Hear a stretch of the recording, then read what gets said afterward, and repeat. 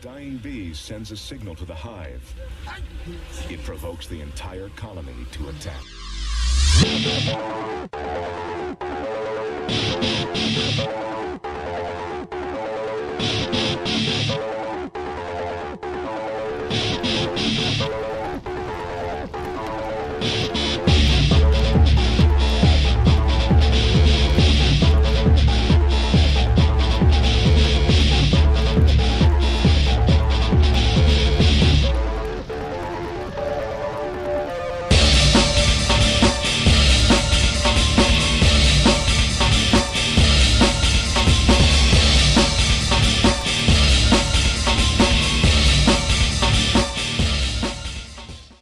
Good day to the citizens of this planet.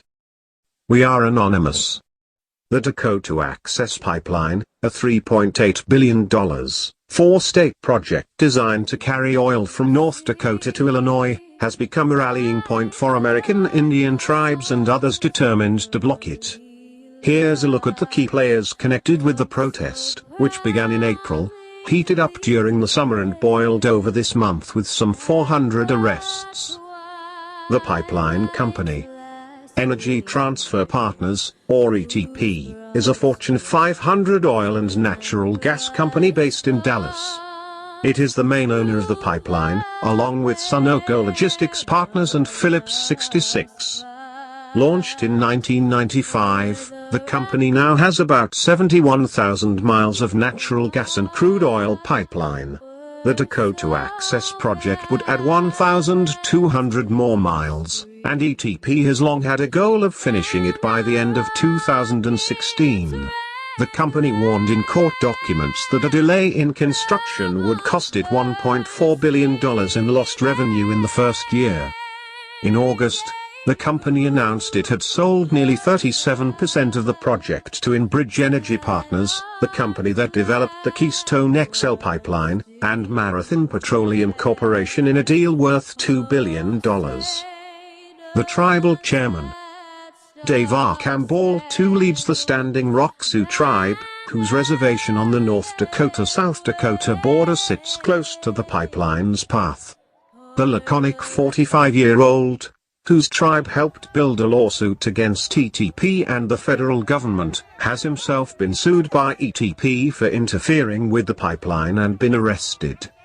Archambault has spoken for years about concerns among the leaders of North Dakota's 5 American Indian reservations about increasing environmental incidents in the state's western oil patch. He traveled to Switzerland to plead the tribe's case to the United Nations and urged President Barack Obama to step in. After a federal judge declined to grant the Standing Rock tribe an injunction against the pipeline, 3 federal agencies ordered a halt to construction on Army Corps of Engineers-owned land while the permitting process was reviewed. The protesters, members of more than 200 tribes from across North America, have come to the tribe's encampment at the confluence of the Missouri and Cannonball rivers since August, the tribe says. Crowd estimates at the protest site have varied from a few hundred to several thousand depending on the day, enough for tribal officials to call it one of the largest gatherings of Native Americans in a century or more. They say the pipeline threatens water sources and will disturb sacred sites and artifacts, and there is a broader concern about tribal sovereignty and rights. Many of the protesters are demonstrating peacefully and urging others to do the same. Others have been more militant. More than 140 people were arrested recently when law enforcement moved in to evict an encampment that had been set up on pipeline property. The sheriff, the main face of law enforcement, has been Morton County Sheriff Cal Kirchmeier, who previously was a captain with the State Highway Patrol, a part-time police officer, a corrections officer and a soldier. His department has been accused by protesters of being sympathetic to the pipeline's workers and private security. Though deputies were not at a violent September 3rd clash between protesters and private security guards on private land, Kirchmeier said in a news release that the guards were ambushed and assaulted by protesters. The tribe says the protesters were being provoked. Kirchmeier has frequently cited the burden of the long-lasting protest on his small department. Morton County has had help from state troopers and National Guard members and, more recently, from sheriff's departments traveling in from several states to help out. They say the pipeline threatens water sources and will disturb sacred sites and artifacts, and there is a broader concern about tribal sovereignty and rights. Many of the protesters are demonstrating peacefully and urging others to do the same. Others have been more militant. More than 140 people were arrested recently when law enforcement moved in to evict an encampment that had been set up on pipeline property. The governor.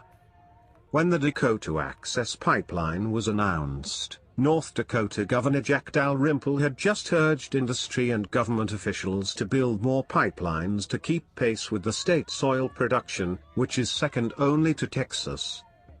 Aside from appearing at some briefings, Dalrymple has been mostly out of public view during the long process. The governor did send 100 National Guard members to help law enforcement. The federal judge. The Standing Rock Ooze lawsuit against the pipeline revolves around challenging the Army Corps process for permitting water crossings. In September, U.S. District Judge James Boasberg in Washington declined the tribe's request for an injunction as it pursues an appeal. Boasberg, an Obama appointee in 2010, said the Corps documented dozens of its attempts to engage with Standing Rock officials to identify historical resources at Lake Oahe and other places covered by the permit, despite the tribe's claims to the contrary. He said the tribe did not show it will suffer any harm that the court has the authority to prevent. The tribe's appeal is pending with the U.S. Court of Appeals. We at Anonymous stand with Standing Rock. For all employees of the pipelines, remember we are your neighbors. Did you ever have this feeling that you are being watched? Well, Anonymous is the security guard for humanity. We have loads of data to release if you listing stop your employment with these enemies of the plant. Anonymous. We are Legion. We do not forgive. We do not forget. Expect us. Sincerely yours. The Sanitation Man. Expect Special us. shout-outs in Hive. Inspect. Operation Second. And the Anonymous Collective. And I had to start again. Just my children and my wife.